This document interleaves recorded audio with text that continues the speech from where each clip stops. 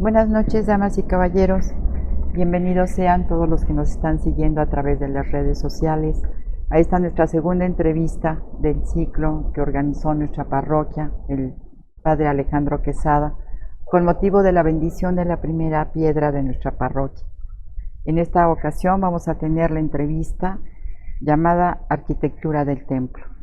Esta entrevista va a ser expuesta, va a ser de alguna manera pues ilustrada con todos los grandes conocimientos que tiene un arquitecto famosísimo, orgullosamente mexicano, porque no todas las obras son extranjeras, bendito sea, hay muchas obras mexicanas de arquitectos como él, de la fama que él tiene, que es el arquitecto Plutarco Barreiro.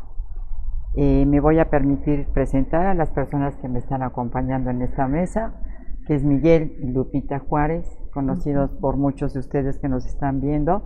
Ellos son los coordinadores del equipo de misión permanente. Y su servidora, soy Lourdes Savage, soy representante de los equipos de liturgia aquí de la parroquia. Brevemente, el currículum del arquitecto es sumamente amplio, tardaríamos muchísimo tiempo en que yo solo lo pudiera leer, entonces creo que con lo poquito que voy a resumir pues va a estar dicho todo de lo que es su fama, sus conocimientos.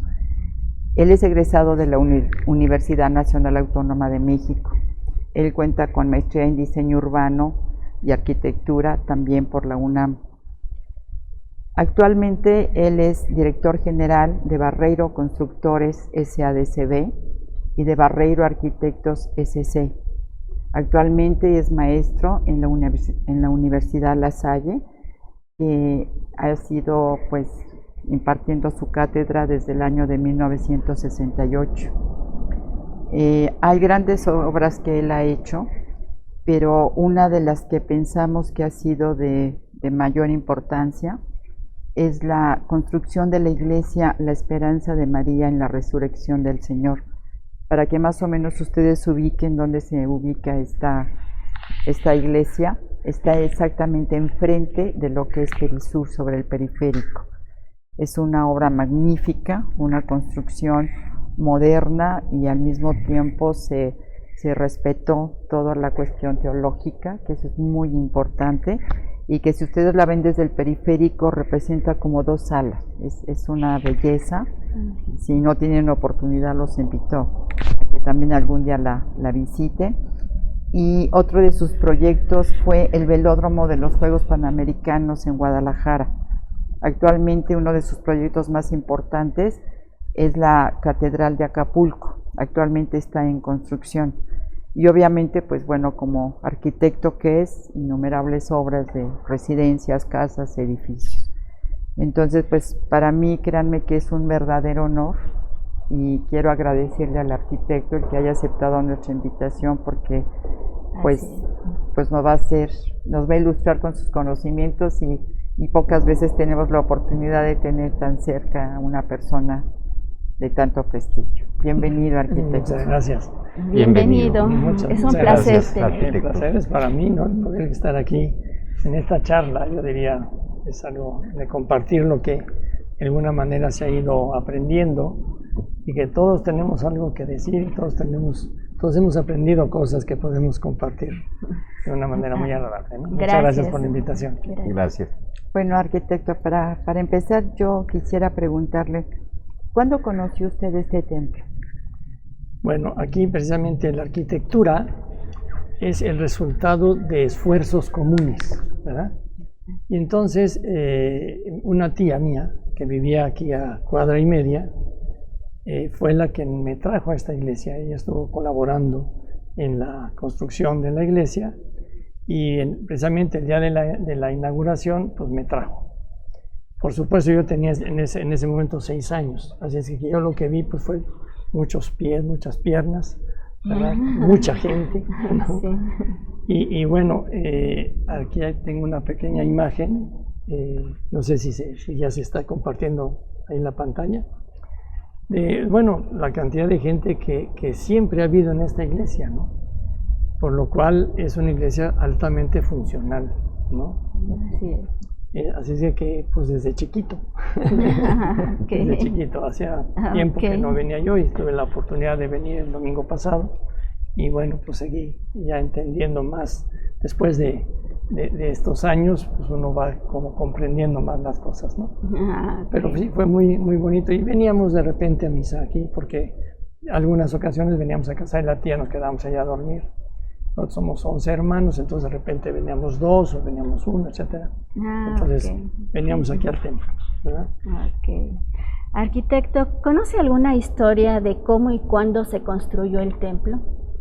Bueno, la historia así exacta no la tengo, sin embargo, hay algunos acontecimientos que son importantes y ahí es en donde también la arquitectura es el producto de diferentes hechos que se van dando, ¿no? Desde el desarrollo tecnológico, el desarrollo de las diferentes necesidades de las diferentes sociedades. Entonces la arquitectura se va adaptando precisamente a estos elementos.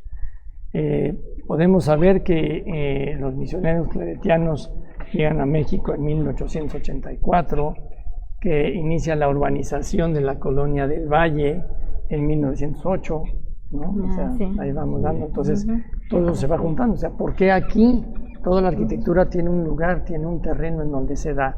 Entonces, bueno, ahí empieza ese fraccionamiento y entonces se da el terreno, etcétera, para que se puedan dar las cosas.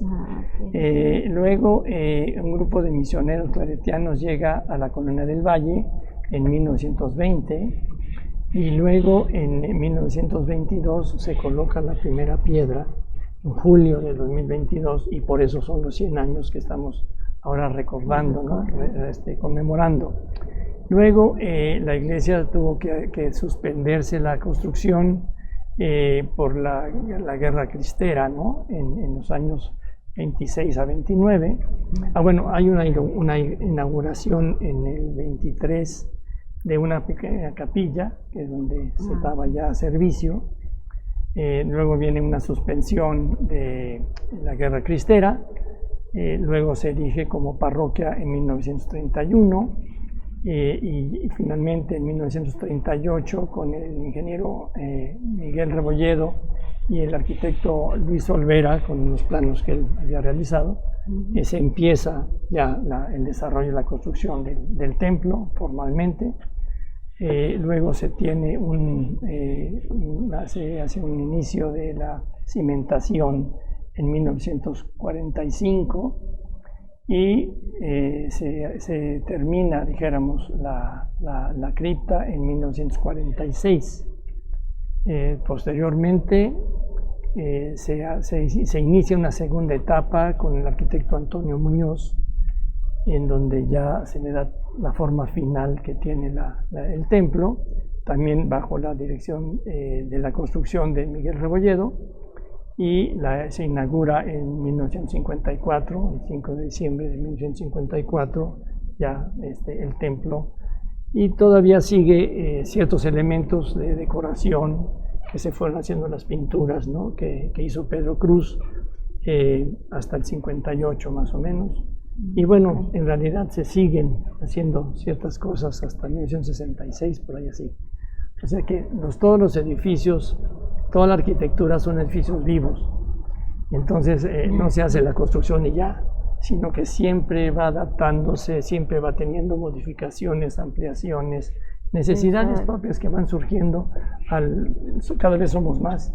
Entonces decía Teilhard de Chardin, cada vez somos más complejos, pero a la vez somos más conscientes, ¿no? Entonces, bueno, ahí tratamos de ir en esa línea. O sea que fueron 32 años desde que se bendijo la primera piedra hasta que se terminó la construcción de nuestra parroquia. O sea, y siquiera nada más fueron 32 años, ¿no?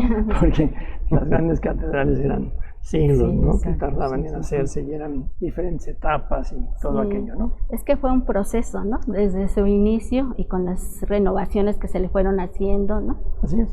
Así con el paso del tiempo. Así se van haciendo todas las obras de arquitectura. Muchas veces ya está el plano, ya se empieza la obra y de repente llega el dueño. Híjole, no le podemos cambiar aquí tantito. Bueno, a ver, déjame ver cómo hacemos. Exactamente, ya estamos. Y para eso estamos, ¿no? Para dar servicio, ¿no? Sí, es que desde el inicio, ¿no? Eran pocas personas, la población era poca, Claro. ¿no? Y fue Claro. creciendo y las necesidades. Así es. Ah, Así es. pues muchas gracias, muy interesante. Sí. Arquitecto, ¿qué estilo arquitectónico tiene y cuáles son las características principales del estilo de este templo? Muy bien. Bueno, hay una imagen que estamos ahorita pasando que fue un primer diseño de este templo, que como podemos ver era bastante gótico, ¿no? Sí. Y el tema está que la arquitectura también es un producto del desarrollo tecnológico, como decía yo, pero también del desarrollo artístico. Entonces las modas van cambiando, los estilos van cambiando, y entonces este diseño que se había hecho ya no casaba con las necesidades propias del país, ¿no? Entonces había que hacer algo que iba más ya de acuerdo a los cambios que se habían dado. Entonces el estilo principal que tiene la iglesia es el Art Deco, y aquí me permití hablar aquí un poco primero del arquitecto Antonio Muñoz, que diseñó también la Suprema Corte de Justicia y las puertas de entrada del bosque de Chapultepec, así como un centro escolar, el Centro Escolar Revolución. Y el ingeniero Miguel Rebolledo fue uno de los impulsores del uso del concreto. Algunos dicen del cemento, ¿no? El cemento es el polvito, el concreto ya es la relación entre grava, arena, cemento y agua, ¿no? Y esta manera de hacer las cosas surge también por la tecnología de cómo poder empezar a dejar que ese concreto pueda lucir aparente, ¿no? Le Corbusier, que era un gran arquitecto, empezó a utilizar el concreto, y cuando hizo el Palacio de Chandigarh en la India, se dio cuenta que se podía dejar la cimbra aparente. Y entonces empezó esta moda de utilizar el concreto y de dejarlo como algo aparente. El concreto tiene la gran ventaja de que toma la forma del molde. Entonces es mucho más fácil de que la piedra vaya dando la forma, sino que más bien se hace el molde y se le pone encima con el armado correspondiente, ¿no? Bueno, entonces el Art Deco es una respuesta al Art Nouveau. El Art Nouveau es este arte en donde tiene formas muy sinuosas, tiene muchos colores. Estas formas sinuosas forman parte de la estructura misma del espacio, del edificio, y entonces, como una respuesta a algo que era muy caro hacerse, porque eran todas estas curvas, todas estas cosas, hacer la madera tallada en curvas y demás era bastante caro. Entonces hay una nueva tendencia a lo más sencillo, ¿no? A ir como quitando todo este elemento tan complicado. Entonces empieza a surgir el Art Deco, que tiene elementos que son primero mucho más sencillos, mucho más rectos, mucho más geométricos en ese sentido, que tiene algunos elementos que tienen que ver con la yuxtaposición de volúmenes, ¿verdad? Como son estos ejemplos que estamos ahorita viendo. En la Ciudad de México tenemos varios ejemplos de Art Deco. Uno de ellos muy interesante es donde se mezcla Bellas Artes, el Palacio de Bellas Artes, que por fuera es Art Nouveau, porque ese era el momento en la época, pero luego se queda detenido unos años, y entonces el arquitecto Mariscal lo termina el interior de Bellas Artes en el estilo Art Deco. Entonces uno, si tiene un poquito de curiosidad, uno ve por fuera una cosa y al entrar es un cambio importante, ¿no? Y entonces, bueno, son líneas rectas, son líneas verticales, son esta yuxtaposición de elementos. Hay algunas, como toda esta arquitectura también utilizaba el Art Nouveau, esculturas y todo esto. Aquí también se utilizan algunas esculturas, pero más bien como adosadas a las fachadas, ¿no? Aquí también se ve, por ejemplo, este edificio en donde se ve perfectamente cómo van yuxtaponiendo elementos, un poquito también como el monumento a la Revolución, ¿no? Que se ve que tiene unos elementos, luego sube la cúpula, etcétera, ¿no? Sí. Este arco que es, pues aquí se retoma en la iglesia, ¿no? Los arcos principales tienen un poco esta forma, el barandal, por ejemplo, también son líneas rectas en ese sentido. Y algunas de las características de este edificio en particular, primero se volvió un icono dentro de la ciudad, ¿no? O sea, todo el mundo sabía dónde estaba la iglesia del concreto, la iglesia del tránsito. Sí, así es. Así se conocía. Sí. Entonces es un elemento que además forma parte del entorno. No nada más es el templo en sí, sino que también empieza a ser un elemento importante dentro de la ubicación de las personas en la ciudad, ¿no? Está cerca, 2 cuadras, está atrás, está enfrente del templo X y Z, ¿no? Del lugar. Luego, obviamente, fue edificado utilizando este concreto aparente como una manera nueva de esta plástica arquitectónica, ¿verdad? Se enriquece con los murales alusivos a la Virgen María, ¿no? Y es iluminado por formas multicolores, ¿no? En los vitrales. La cúpula también forma parte muy importante en la iglesia. Ahorita después podemos hablar un poco de las diferentes partes, ¿no? Que tiene la iglesia, ¿verdad? Y luego hay una armonía entre el diseño arquitectónico y los materiales utilizados. Por supuesto, modificó el paisaje, como decía yo, en la colonia del Valle, ¿no? Una pregunta, arquitecto, la resistencia del concreto armado que se nos habla, ¿ha cambiado con el tiempo? Claro, han sido nuevas mezclas, nuevas maneras de utilizarlo. Entonces antes el concreto tenía una resistencia, por ejemplo, si estamos haciendo un firmecito, 150 kilos por centímetro cuadrado, pues ya estamos colando una losa de 200 a 250, pero ya estamos haciendo un concreto de alta resistencia, ya podemos llegar a 200, a 300, 350, y ahorita están construyendo un edificio allí en Polanco que va a ser uno de los más altos de la zona, y están utilizando concreto de 400 kilos por centímetro cuadrado. Por centímetro. Por centímetro cuadrado, ¿no? Pues entonces, como digo, la arquitectura también es el resultado del avance tecnológico. Entonces, conforme, bueno, así fue como se fue dando el gótico, ¿no? O sea, de ir viendo cómo podemos hacer para ir poniendo las piedras de tal manera que yo pueda ponerlas más altas y más anchas, más abiertas, ¿no? Entonces voy descubriendo, voy viendo cómo y voy encontrando formas, hasta que de repente dije, bueno, ya estamos llegando al límite en donde ya hay unas catedrales que tienen 5 naves, porque no más es la principal, sino la otra para que detenga la principal, más la otra para que detenga la secundaria, y para con eso poder llegar lo más alto posible, ¿no? Entonces es increíble, es fascinante ver cómo se va desarrollando precisamente la tecnología. Actualmente acabamos de terminar un edificio que tiene un volado de 80 metros de lado a lado, y un claro de 80 metros y un volado de 23 metros. Está ahí flotando en el aire, ¿no? Entonces, qué maravilla. Se puede ir haciendo cosas, ¿no? Entonces, ahí vamos.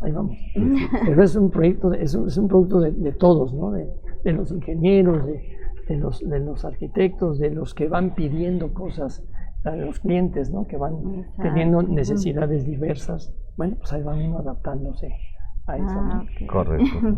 Entonces, supuestamente, los 32 años que duró la construcción, seguramente el concreto que se puso en un momento fue evolucionando también. No necesariamente, porque no ha sido tan rápido, y además siempre es importante mantener una cierta armonía en ese sentido. O sea, no puede uno tener, a menos que uno tenga, por ejemplo, la cimentación, un concreto un poquito más rígido que en la parte de arriba, pero no es bueno cambiar tantas veces de resistencia, porque entonces uno se vuelve más resistente y el otro más flexible, y entonces es donde viene ahí, cuando hay un sismo, un zarandeo, pues hay uno que resiste más que el otro, y entonces ahí sí puede haber fisuras y puede haber. Entonces seguramente se respetó. Sí, generalmente sí. Además fueron muchos años que se fue utilizando, todavía se sigue utilizando de forma así continua el de 250, que es así casi el de cajón. Ya nos quedan las estructuras, pero por ejemplo, después del sismo del 85, pues entonces cambiaron todas las normas de construcción, porque nunca habíamos tenido un sismo de esa De ese magnitud. tipo. Exacto. Sí. Y hubo mucho conocimiento de ver cómo se movían los edificios, cómo estuvieron oscilando unos y otros, dependiendo de la altura, dependiendo de la estructura misma, dependiendo de la misma forma de los diferentes volúmenes, ¿no? Entonces eso nos fue dando luz y bueno, ha sido muy emocionante ver cómo vamos tratando de hacer que la materia siga flotando. Como fue el tema del arte gótico, ¿no? Ver esa cosa que pesaba cientos y cientos de toneladas, parecía una cosa imperceptible que no pesaba nada, ¿no? Exacto. Entonces es muy interesante, muy padre. Imagino que sí. Supuestamente aquí los cimientos, usted que es el arquitecto y todo, ¿como de qué profundidad estarán hechos? Bueno, no tengo los planos a la mano, ¿verdad? Que sería muy interesante, lo comentábamos el otro día, ¿no? Que sería muy interesante que se pudiera conseguir todos los documentos, ¿no? Sí. Entonces, obviamente para estas cargas y demás, pues lo más lógico es que habían puesto pilotes soportados en capas duras, ¿no? En esa época no había los pilotes que ahora se usan, que son pilotes de control o pilotes que están metidos no en las capas duras, sino pilotes que se pueden ir sumiendo conforme se va sumiendo la ciudad. Al ir sacando agua, la ciudad se va colapsando, va bajando. Entonces hay unos pilotes que están recargados en las capas duras y entonces se van quedando encima los edificios, como es el caso del Ángel de la Independencia, ¿no? Sí, que le tienen Que que le han subir, tenido que ir poniendo escalones porque está soportado en una capa dura y la capa blanda va bajando, pues se va quedando arriba. Pues meten otro escalón y meten otro escalón. Exacto. Hay unos edificios que de plano se han tenido que cambiar drenajes y todo aquello, porque ya los registros de drenaje se quedaron en la banqueta, ¿no? Ahí.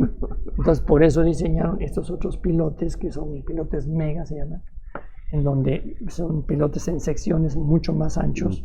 Entonces, se hunden aproximadamente 12 o 15 metros, dependiendo de la carga. Y entonces se va sumiendo el edificio con la ciudad, que ya se quita uno de banquetas Sí, adicionales. claro.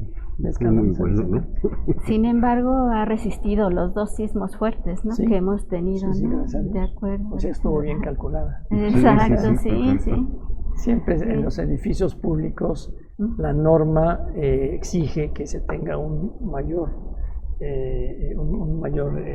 índice de seguridad, Claro. ¿no? Sí. Bueno, pues si no tiene inconveniente, arquitecto, vamos a hacer una pequeña pausa. Bueno, para que... yo quisiera recomendarle al arquitecto, a ti, Lulu, una película. Una película maravillosa, ¿verdad? Esta es la historia de San Antonio María Claret. Muy bien. Este tiene un título que se llama Esclavos y Reyes. Actúa Antonio Reyes, Alba Recondo, Carlos Cañas, Azumintia Serna.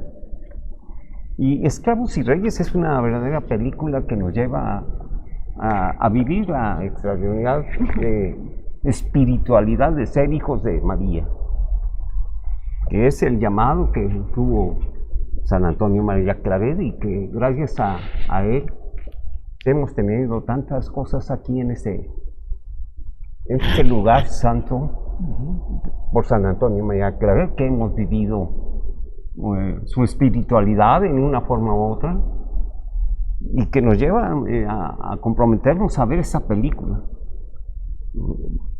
Se va a estrenar el 21 de julio en los cines Cinemex. Yo les recomiendo que la vean y que hagan eco a este espíritu de Juan Antonio y María Claret y ser hijos de María, que es lo más maravilloso que hay en la vida. Aparte de conocer a Cristo vivo y resucitado, pues a la mamá de Cristo resucitado, que es María. Quedan todos invitados. Pues ahora sí, hacemos el corte.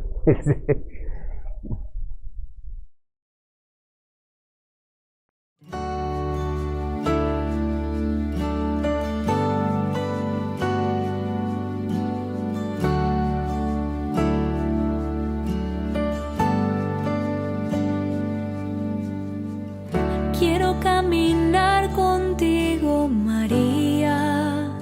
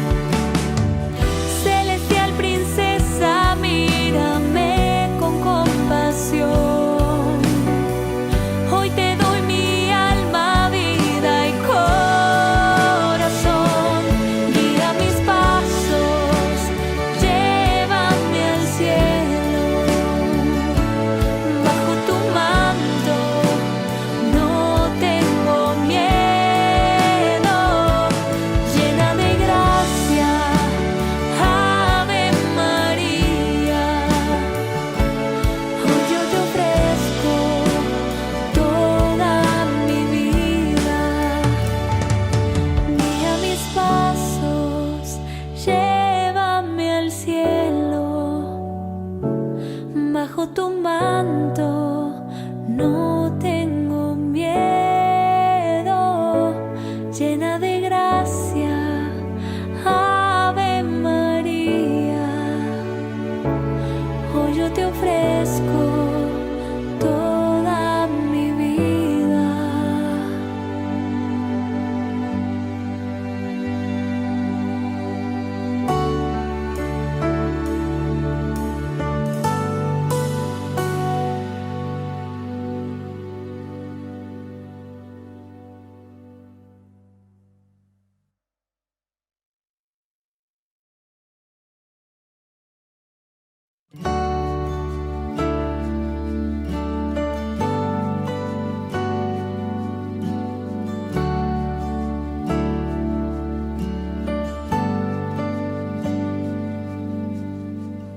Quiero caminar contigo, María, pues tú eres mi madre, eres mi guía.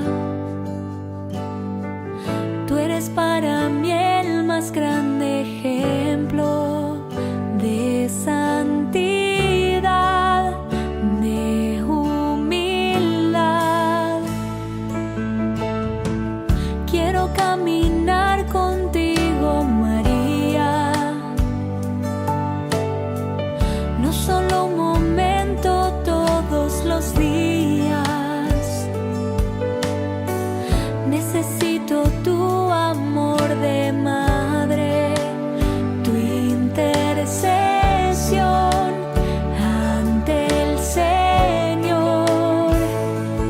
Guía mis pasos, llévame al cielo, bajo tu manto, no tengo miedo, llena de gracia, Ave María. Hoy yo te ofrezco toda mi vida.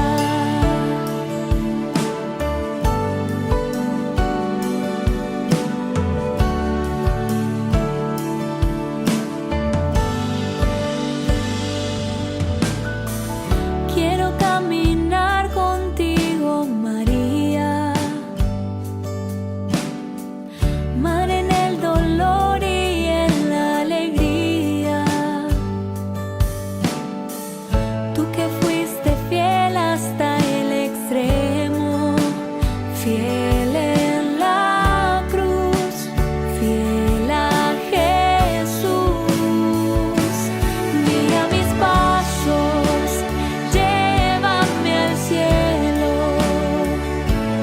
bajo tu manto, no tengo miedo, llena de gracia, Ave María. Hoy yo te ofrezco.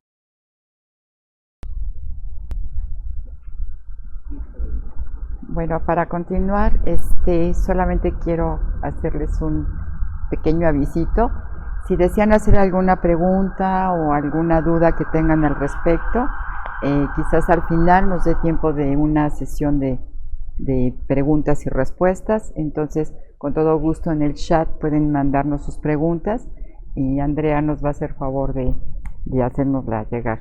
Y una disculpa porque no presenté a Andrea. Ustedes saben que es nuestra ingeniero en jefe de todas las entrevistas que se han llevado aquí en la parroquia y se me pasó totalmente. Es que está atrás, entonces Sí, exacto. pero es la más importante, si no esto no se hubiera podido llevar a cabo. Entonces, Andy, una disculpa, pero bienvenida y muchas gracias.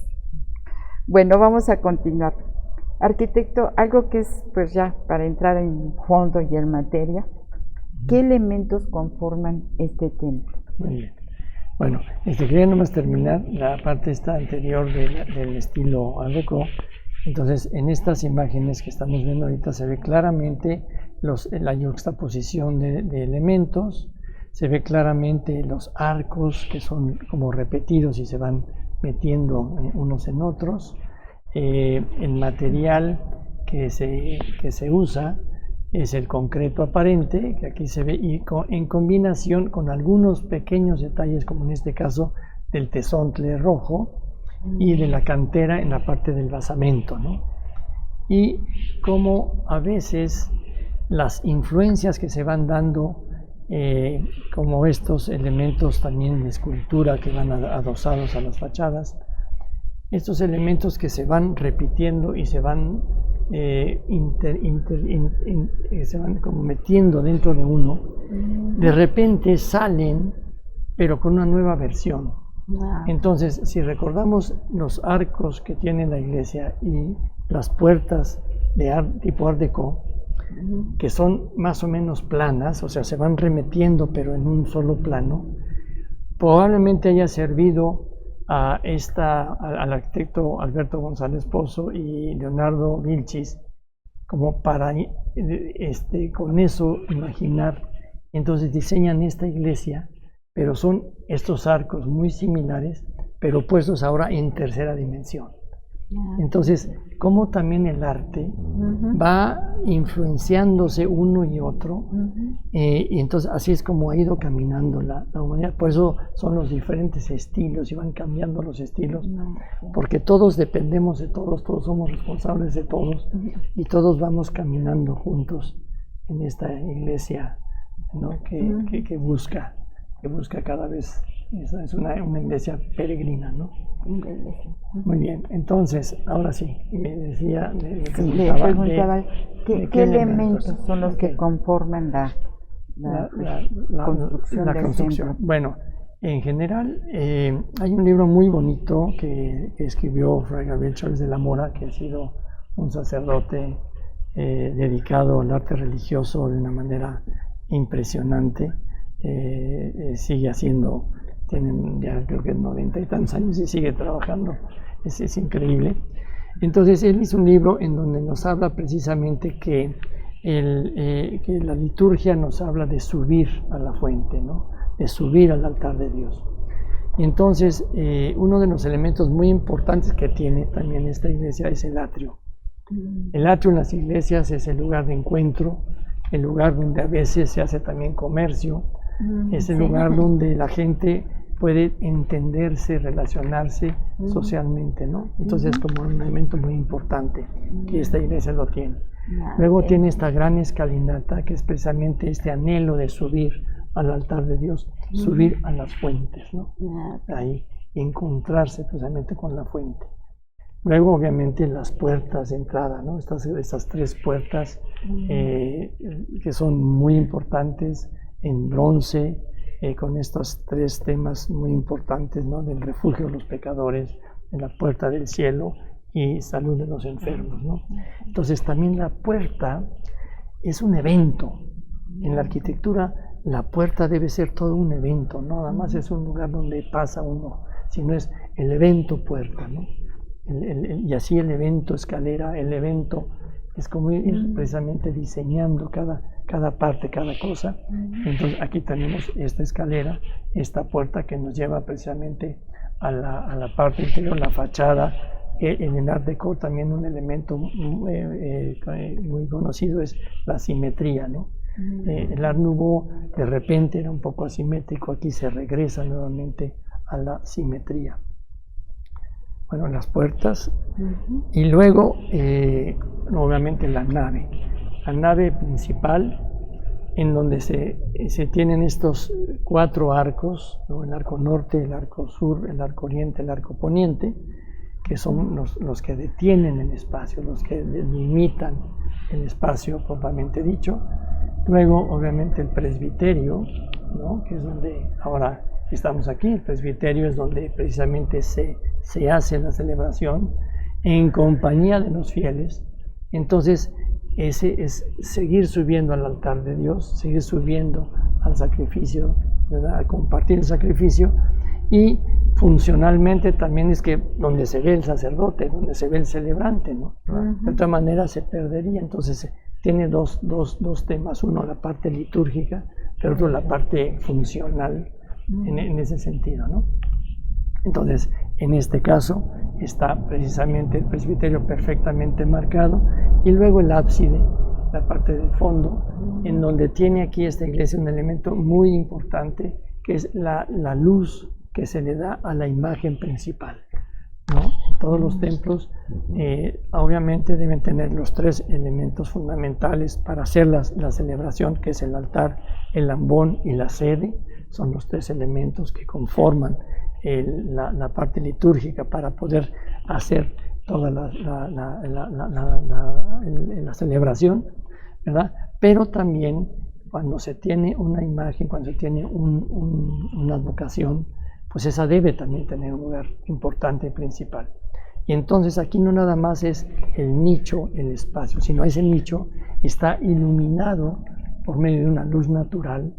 Entonces desde que uno entra está ahí marcado ese punto, ¿no? Ese elemento, que está muy muy bien logrado en una posición un poco alta, pero no altísima, ¿no? Entonces la distancia entre el pueblo, entre la gente y la imagen principal está muy bien estudiada, ¿no? Está haciendo esos pasos. O sea, tenemos el camino de la iglesia que va hacia la salvación, ¿no? Entonces, hacia la Virgen, hacia ella, ¿no? Luego, obviamente, la bóveda principal, en la cúpula, que es la que nos centra, en este caso, la base para la imagen que tenemos en la parte exterior, pero que también es muy interesante porque es una cúpula que está hecha como un octágono de 8 secciones. Sin embargo, en la parte de abajo tiene una serie de travesitas que duplican como si fuera de 16 partes, ¿no? Entonces es interesante porque pues, normalmente se ve perfectamente el octágono, pero en este caso como que se diluye un poco y se hace un poquito más circular precisamente con estos elementos que se dividen en 2, ¿no? Y luego, bueno, pues los vitrales que nos permiten tener la relación con el exterior. Las ventanas, eso es, ¿no? Una relación del interior con el exterior, pero en una iglesia pues no debe ser nomás un hueco, ¿no? Ya, sino que debe estar tamizado precisamente, tamizando la luz. Y entonces estos vitrales pintan de alguna manera el espacio de colores, ¿no? Y entonces es muy importante el manejo de los vitrales. Si antes era una manera de catequizar a base de imágenes a la gente, actualmente la gente ya sabe leer, ya sabe escribir generalmente, pero entonces estos elementos siguen siendo como la parte espiritual que debe tener un espacio sagrado, ¿no? Y bueno, pues esta iglesia lo tiene. Y luego también interesantemente todo el diseño de cada una de las partes, ¿no? Si vemos el piso, si vemos los elementos que están rodeando las puertas de los confesionarios, ¿no? El diseño ya propiamente, la proporción del altar con respecto a este tamaño, o sea, no se puede tener una mesita con este espacio de este volumen, pero tampoco puede ser una mesa enorme. Entonces todo tiene una proporción. Otro de los espacios que tiene es esta cúpula en la parte posterior, la parte final, que platicando con el padre decíamos que es diferente, el arco es diferente, ahorita lo vamos a ver quizá un poco más a detalle, y obviamente el cuarto arco, el arco sur, que es el coro, ¿no? Que también la iglesia debe tener un espacio específico para el coro, y ahí es en donde se alcanza a ver un poco la modernidad de la iglesia, ¿no? Porque tiene un elemento sumamente recto, que contrasta un poco con los elementos un poquito más elaborados, ¿no? Ahí como se puede ver aquí en esta imagen, ¿no? Aquí es en donde digo, hay un arco que sigue la idea del Art Deco, ¿no? Pero hay un segundo arco que es ya más sencillo. Entonces esto a mí me da la idea de que hubo como 2 épocas, 2 momentos, en donde ya se tenía uno, pero se continuó para terminar. Y entonces es un poquito diferente, y eso pues también es lo que va dando pie a ir también modificando las cosas, ¿no? Modificando los estilos. Sí. Entonces se me hizo interesante ver esa diferencia Sí, es muy interesante. que Sí.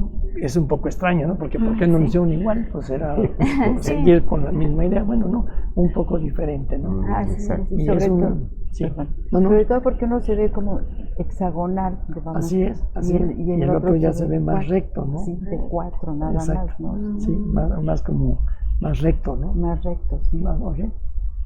Y bueno, obviamente los elementos también que son simbólicos, ¿no? Dentro del templo, que son los retablos, ¿no? Que son ya los elementos propios, las bancas, que no pueden ser nada más ahí unas sillas cualquiera, sino que de alguna manera también forman parte del espacio. En la arquitectura, todos los elementos que están dentro de un espacio conforman la arquitectura, ¿no? Ah, Y entonces, bueno, pues todo cuenta, todo es importante, ¿no? Sí. Y por eso la importancia de llegar al detalle en el diseño. Si vemos los pisos, tienen una traza, están bien pensados, tienen una relación, tienen unos octágonos, de repente unos triángulos, Exacto. rectángulos, etcétera, ¿no? Y las entradas de luz. La luz en arquitectura es nuestra materia prima, ¿no? Eso es. Así como un escultor es el mármol o la madera, para nosotros la luz es la materia prima. Entonces, decía Le Corbusier, la arquitectura es el juego sabio de los volúmenes bajo la luz. Ah, ok. Entonces, magnífico, me decía él.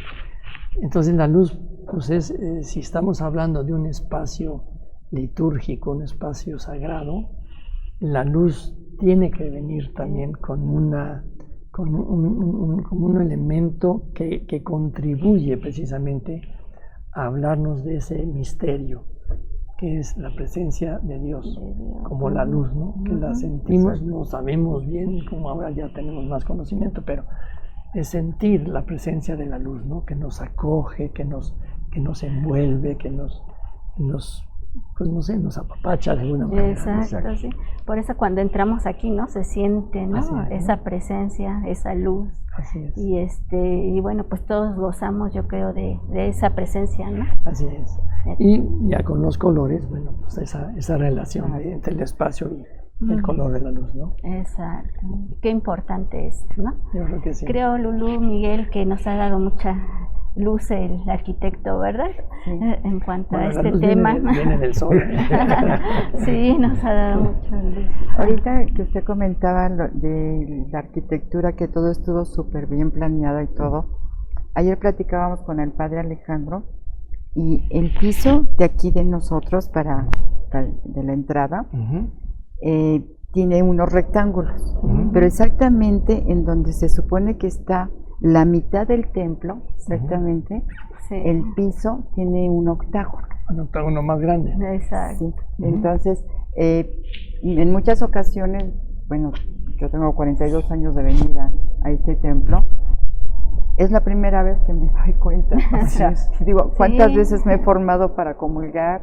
¿Cuántas veces hemos venido al lavatorio y ahí está, etcétera?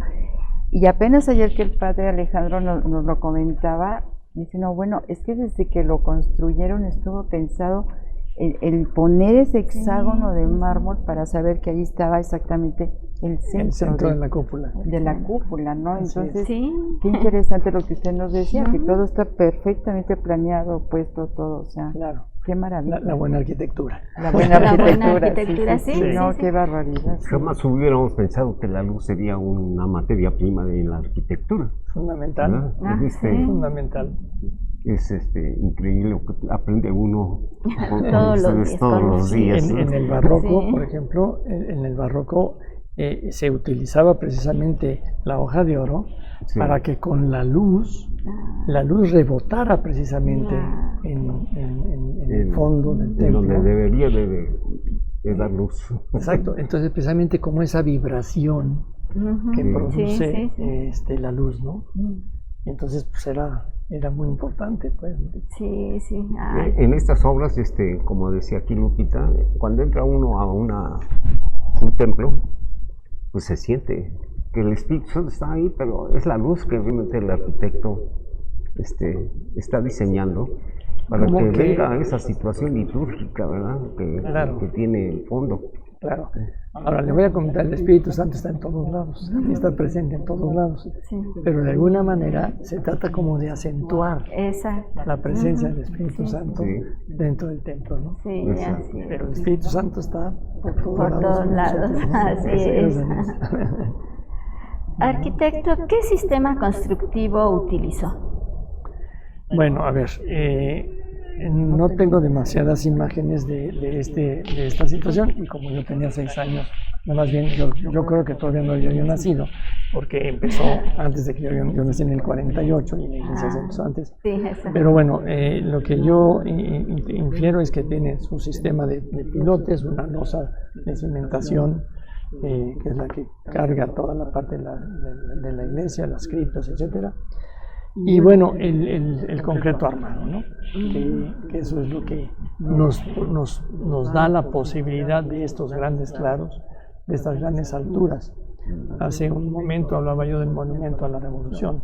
Esta iglesia es como un monumento. O sea, Sí. eso fue un poco la Es idea de hacer monumental. como un monumento. Sí. Y bueno, pues inclusive creo que se quería hacer más alta todavía, pero las autoridades dijeron que ya no más alta, ¿no? Entonces, bueno, era precisamente hacer algo realmente monumental y creo que sí tiene ese carácter, ¿no? Monumental, y para eso pues se requirió mucho acero, se requirió mucho concreto y sobre todo mucha calidad en la mano de obra.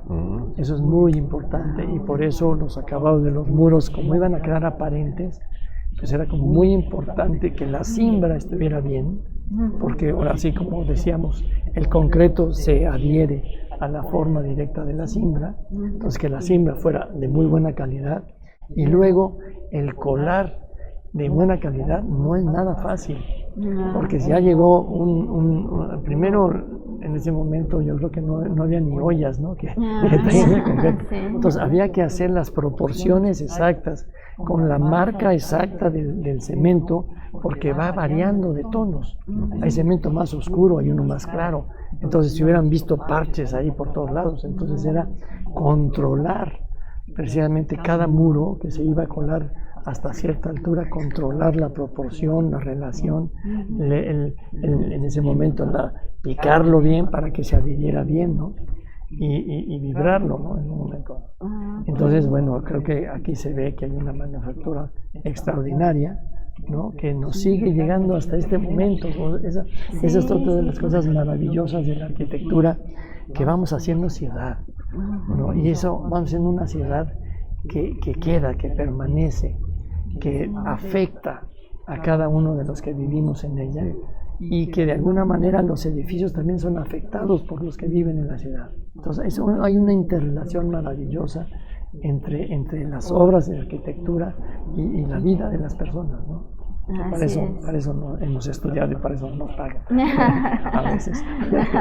Sí, qué bonito y qué interesante que nos haga ver que la mano de obra, muchas veces vemos los monumentos, vemos cosas increíbles y el arquitecto que diseñó y todo, pero cuando uno se pone a pensar, como usted ahorita nos acaba de decir, que la mano de obra debe haber sido verdaderamente perfecta para poder lograr todo lo que se logró. Claro. Qué bonito finalmente que aunque no sepamos quiénes fueron, pero de alguna manera reconocer que esas personas contribuyeron a lo que ahorita tenemos, esta maravilla de templo. Por supuesto, la arquitectura es el resultado del trabajo de muchos, desde el que diseña, desde el que pone el dinero, desde que, o sea, decía el arquitecto Vladimir Caspé que la arquitectura es el encuentro feliz entre el propietario, o sea, en este caso el pueblo, entre el arquitecto y las circunstancias, ¿no?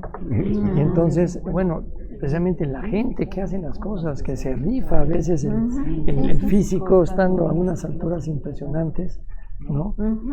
Para echar el concreto y ponerlo y hacerlo bien.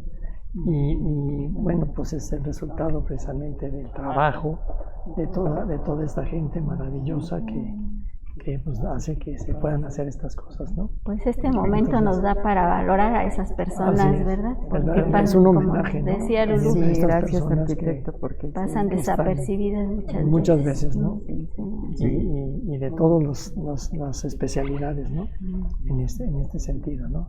las cimbras, ¿no? Es una maravilla hacer con la madera que la cercha vaya quedando bien, que quede derecha, que no quede un arco ahí medio chueco, etcétera, ¿no? O sea, todo eso entra en juego en la realización de las obras, ¿no? Exacto. Y hablando de espacios, arquitecto, ¿cuál es su experiencia espacial en este templo? Bueno, como les digo, regresé después de muchos tiempos, porque nosotros estamos por ahí en otra parroquia, y bueno, pues fue nuevamente reencontrar este espacio, ¿no? Reencontrar la nave con estas dimensiones realmente extraordinarias, ¿no? Ya no es fácil hacer estas alturas, ya no es tan barato hacer estas alturas, ¿no? Entonces, bueno, y la parte técnica de haber hecho esta construcción, ¿no? Y luego encontrarse con estos vitrales, ¿no? Con este color, como platicábamos hace rato, el ver cómo se integra el color con el espacio, ¿no? Se le da esta preponderancia al azul, al amarillo y al rojo, que finalmente son los colores básicos, ¿no? Entonces, está de alguna manera presente. Entonces estos mezclados nos empiezan a dar tonalidades de verdes y de cafés y de naranjas y de diferentes tonos, ¿no? Y luego ver el presbiterio perfectamente ordenado y esa luz al final con la imagen principal fue como un golpe que le dan así en la cabeza, ¿no? de descubrir precisamente la bondad del espacio, ¿no? Hay un elemento que creo que es importante, que es el recorrerlo. La arquitectura se va descubriendo conforme uno va penetrando. Entonces, lo que platicaba yo hace un momento, los eventos, ¿no? Desde que uno llega a la puerta, está uno en el atrio, y entonces el evento escalera, ¿no? Que tiene una proporción, que tiene una relación con la misma escala, y bueno, la puerta, y al pasar por este hueco, ¡boom!, se destapa, se descubre un espacio magnífico, ¿no? Y entonces eso le va dando a uno cierto tiempo de ir descubriendo cada parte, porque uno pasa por la puerta, hay un techo que no es todo el volumen completo, y entonces eso es como una puerta que prepara especialmente para de repente encontrar toda esta gran bóveda, esta gran altura, ¿no? Y ese punto que te llama al fondo, que es la imagen, ¿no? La imagen principal, y el sagrario, por supuesto, y el altar, y cada uno de los elementos, ¿no? Entonces hay una riqueza impresionante. A lo mejor alguien me va a hacer alguna crítica, pero a lo mejor, bueno, descubrí el presbiterio, como decía yo, es maravilloso, y luego la bóveda, que también con esa entrada de colores, con esa diferenciación entre los octágonos y los 16 elementos ahí que lo conforman, y luego, a mi manera de ver, a lo mejor las pinturas empiezan a ser ya un poco recargados en el espacio, a mi manera de ver. A mí me gusta mucho más lo más limpio, más tranquilo, pero obviamente es una forma también de que a cada quien puede ir encontrando su rincón y su esquina. Eso a mí se me hace maravilloso de la arquitectura. La arquitectura, cada quien va encontrando su lugar. Hicimos una vez en el colegio de mis hijos una capilla en donde era una casa de un conserje que después se convirtió en capilla. Entonces hicimos ahí un domo, una serie de cosas, y el lugar eran tapetitos en donde cada alumno cogía su tapete y se iba al rincón que le gustaba, por la entrada de luz, por la perspectiva, por la sensación que le daba en ese rincón, en ese lugar. Y yo creo que todo el mundo en nuestra casa tenemos eso, un lugar para leer, un lugar para trabajar, un lugar para dormir, un lugar para, pues, simplemente estar, ¿no? dialogar con el espacio. Tenía un amigo, decimos ahí un departamento, entonces eso, llega uno a dialogar con los espacios. Entonces llega uno aquí a dialogar con los muros, a dialogar algunos con las pinturas, a dialogar con estos elementos medio escultóricos, ¿no? De cada parte. Y eso es lo que le da la riqueza al espacio. Lo importante es que cada quien encuentre su rincón. Exacto. Porque entonces en ese rincón hay una mayor intimidad con la arquitectura. Exacto. Es maravilloso encontrarlo. Pues ahora que lo mencionas, sí lo reflexionamos, ¿no? Porque también cuando venimos, buscamos el espacio que más nos agrade, que más nos haga sentir, ¿no? Pues la presencia del Señor, ¿no? Como usted dice, la Virgen. Y la relación con el la otro. relación con el otro. Con el que está ahí junto. Sí, nosotros, como digo, normalmente vamos a otra iglesia y así ya de cajón llegamos a un lugarcito. Sí. Ahora con la pandemia se ha complicado, pero llegábamos a un lugarcito porque ahí la vista, porque ahí va uno haciendo su lugar, ¿no? Exacto. Como todos, ¿no? Ahí vamos. Lo importante es que ese lugar sea trascendente. Así ¿no? es. Eso es lo que es muy importante. Pues yo creo que tenemos que aprender a dialogar con nuestro espacio, Así es. ¿verdad? Así Para poderlos encontrar en armonía, Así sino es. que el arquitecto realmente nos está diseñando previamente. Sí, y bueno, uno le pensó para qué sucede. Sí. Y entonces Así también es es. importante el respeto al diseño, ¿no? Ahí. Exacto. Muchas veces se cambia y entonces se cambia un poco el sentido de lo que se le quiso dar a ese lugar y a ese espacio, ¿no? Pues arquitecto, ha sido un verdadero placer. Creo que nos faltó mucho tiempo para seguir aprendiendo de ustedes. No, para seguir dialogando. Sí, realmente teníamos muchas preguntas, pero pues creo que ya, ¿verdad? Yo quiero agradecerle a nombre de nuestra parroquia, los equipos que conformamos todo este persona, dirigidas lindamente por el padre Alejandro Quesada, que él fue el que nos hizo favor de conseguir que usted nos hiciera favor de venir.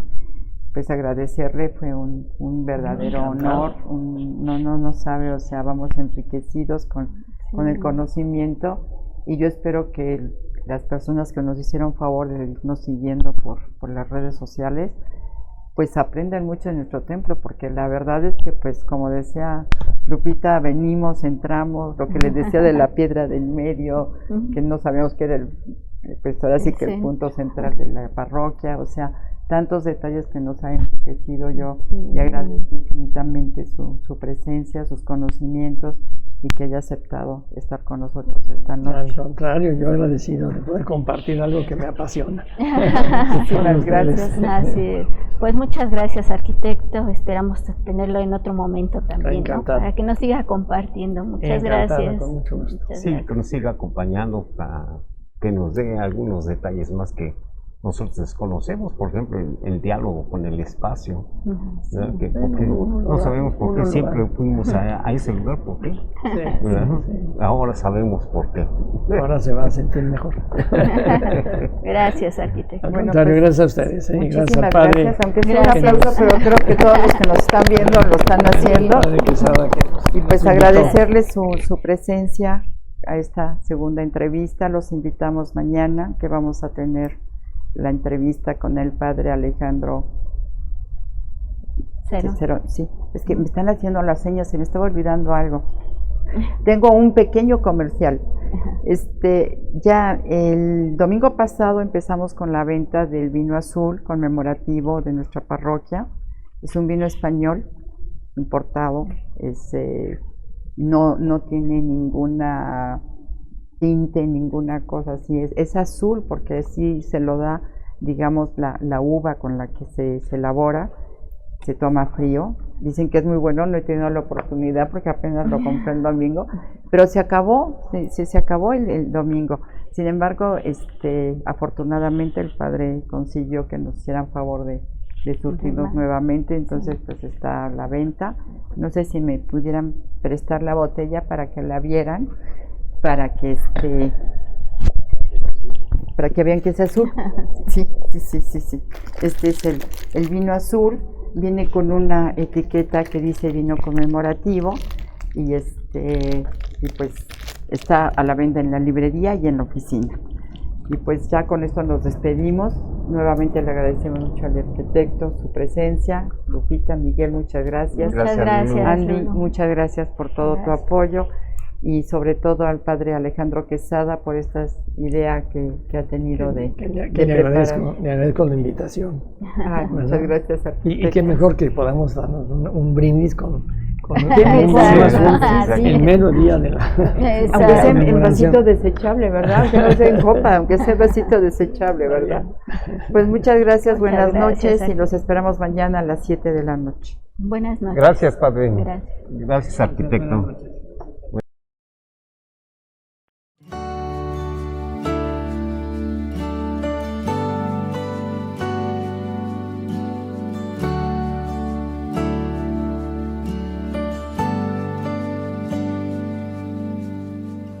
Quiero caminar contigo, María, pues tú eres mi madre, eres mi guía. Tú eres para mí el más grande ejemplo de santidad, de humildad. Quiero caminar contigo, María, no solo un momento, todos los días. Necesito tu amor de madre, tu intercesión ante el Señor. Guía mis pasos, llévame al cielo, bajo tu manto no tengo miedo, llena de gracia, Ave María. Hoy yo te ofrezco toda mi vida.